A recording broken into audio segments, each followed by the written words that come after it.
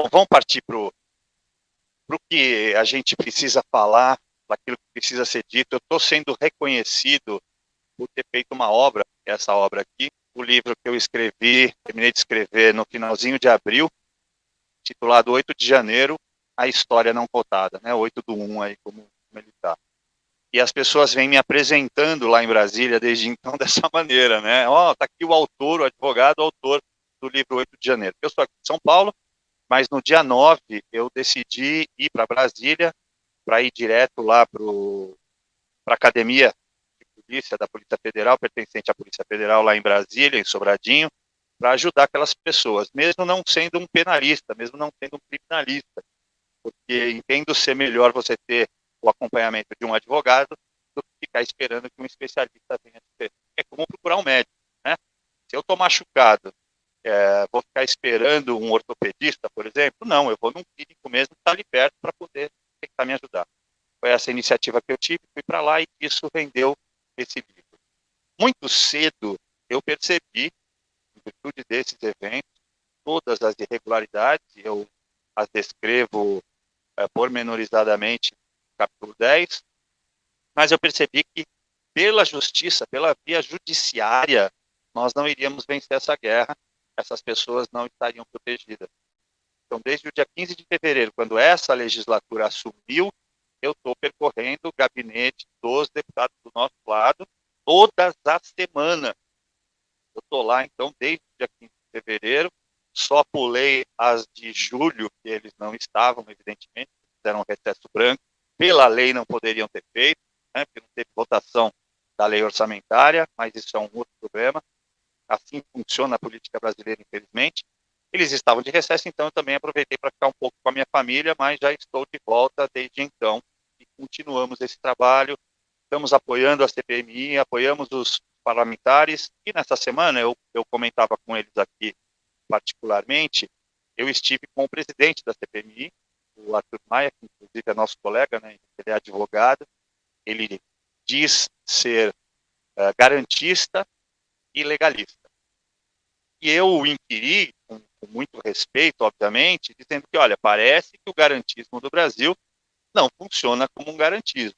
Isso quer dizer, ele vale para bandidos, a ponto de ter ouvido que várias pessoas ficaram presas, elas queriam ser tratadas como bandidos.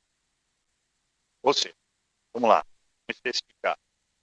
Duas coisas têm que ser ditas que são muito importantes. Primeiro, não houve individualização das condutas das pessoas. Elas estão sendo acusadas de maneira genérica, o que é vedado no ordenamento jurídico brasileiro. Portanto, legalidade já não existe mais.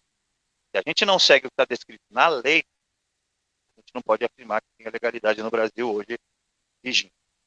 O segundo ponto é a questão da audiência de custódia, porque ela é capaz de colocar em liberdade imediata até um traficante, até alguém que cometeu crime hediondo. E para os nossos assistidos, né, eu cuido de 18 pessoas, e para mais de 1.200 pessoas, essas audiências de custódia aconteceram depois de 72 horas. Portanto, todas essas pessoas deveriam estar em liberdade. Mas não, elas não estão em liberdade. Elas estão usando tornozeleira eletrônica, diferentemente também dos bandidos, tem que se apresentar semanalmente no fórum. Obviamente, tudo isso está dentro do livro, está dentro dessa obra, por isso que eu escrevo a história não contada, porque ninguém fala efetivamente o que aconteceu, continua acontecendo, das irregularidades e ilegalidades que a gente vê diante de nós, porque o Brasil, infelizmente, está se aproximando aquilo que descreveu Hannah Arendt, o julgamento do Eichmann, do Adolf Eichmann, o julgamento de Nuremberg. Ela, devido àquele episódio, ela escreveu a banalização da maldade. Ela percebeu que as respostas que ele dava eu estava cumprindo ordem. Não fui eu que cometi essas atrocidades. E eu, por ter estado lá dentro nesses 2 dias, né, 9 e 10 de janeiro, dentro da academia da Polícia Federal, percebo que todos aqueles agentes federais envolvidos pensavam da mesma maneira que a do pai. Eu estou cumprindo ordem.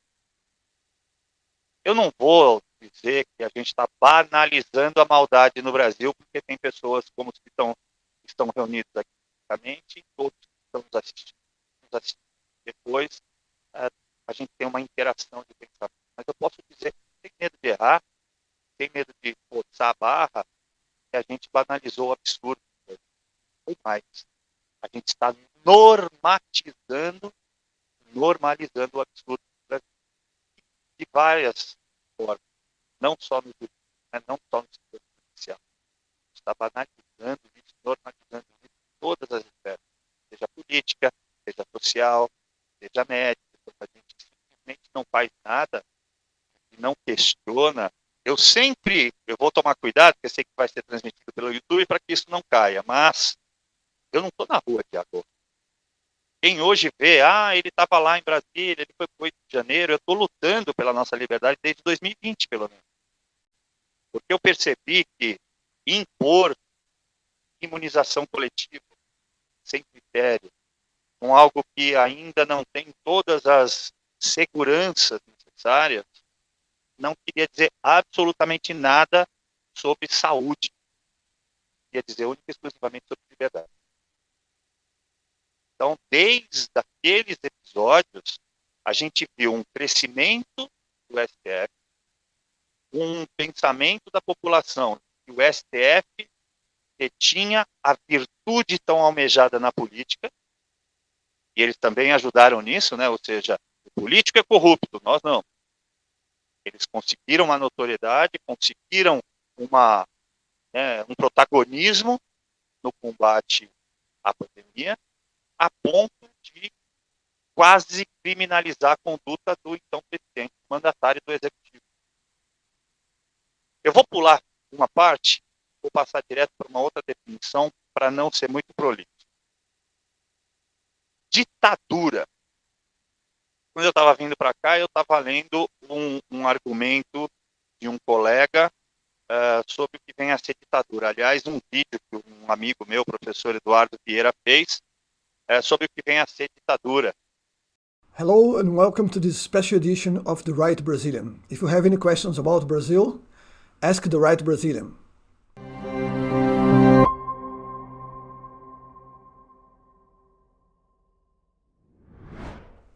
As many of you may know, there is a significant amount of Brazilian thinkers, political analysts, and journalists currently classifying our regime as a full-blown dictatorship, and they seem to have some valid arguments to support such a claim. Let's examine some of them before getting to the point of this presentation.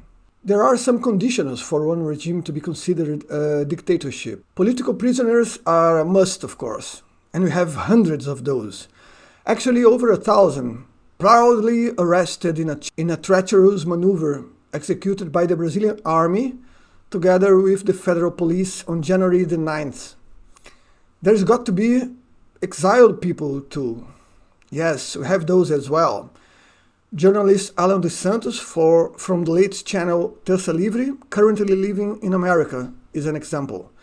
Paulo Souza, a humorist from Canal Hipócritas, is another example. Of course, a real dictatorship cannot exist without ferocious censorship.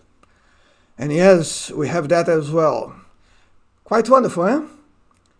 Indeed, in that matter, we have a very rich ecosystem. From big tech censorship to official government persecution, we certainly cannot complain. And it is in the awful practice of persecution that lies a key factor to understand our quite particular model, the diffuse dictatorship. Certainly you have noticed that a major symptom of the disease is missing, right? How come anyone claim to live in a dictatorship without the usually mustached figure of the dictator? Amid cigars and military uniform, pet animals and pet advisors, there is always a noticeable figure barking the destructive commands of a totalitarian regime. And there is where Brazilians' notorious creativity has operated a big wonder. We have a system dictatorship. Of course you have leaders, that goes without saying. However, there's not one but several. And they fight between themselves up to a certain point. up to the point where power may be at people's reach. When that extreme and worrying situation approaches, the whole commissariat forget any difference to unite against the people like a perfectly tuned orchestra.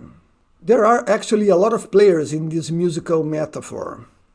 We have the media system doing what they do best, that is to sell themselves to the ugliest bidder. We have the majority of the academy, since decades ago, an exclusively Marxist turf where no conservative may thrive unless carefully hidden. We have, as already shown, the armed forces leadership playing loudly and proudly.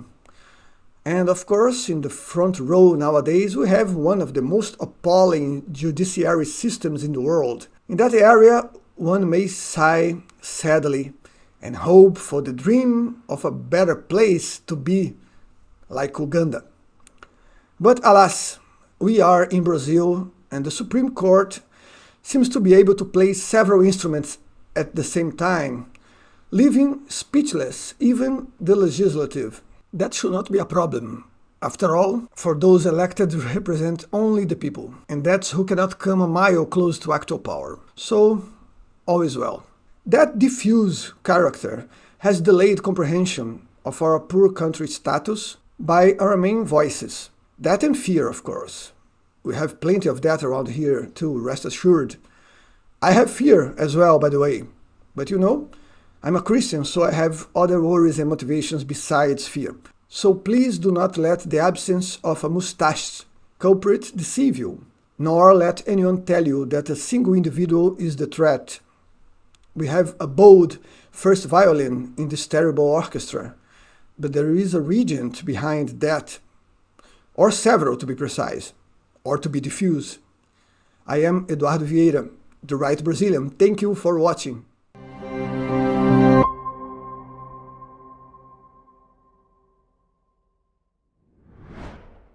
E eu fui buscar a etimologia da palavra, né? Que é a força, o poder ilimitado na mão de alguém. A definição no dicionário, quando você a procura, ela é todo o poder reunido em um grupo de pessoas, também de forma ilimitada. E, infelizmente, a gente vem acompanhando, aceitando, de certa maneira, esse aviltamento das nossas liberdades, porque o poder está concentrado na mão de algum. Eu não vou falar o número de pessoas para tomar o cuidado não só, né, da minha liberdade individual, mas também da liberdade de vocês poderem continuar falando. Mas acredito que todo mundo tenha entendido a ligação que eu...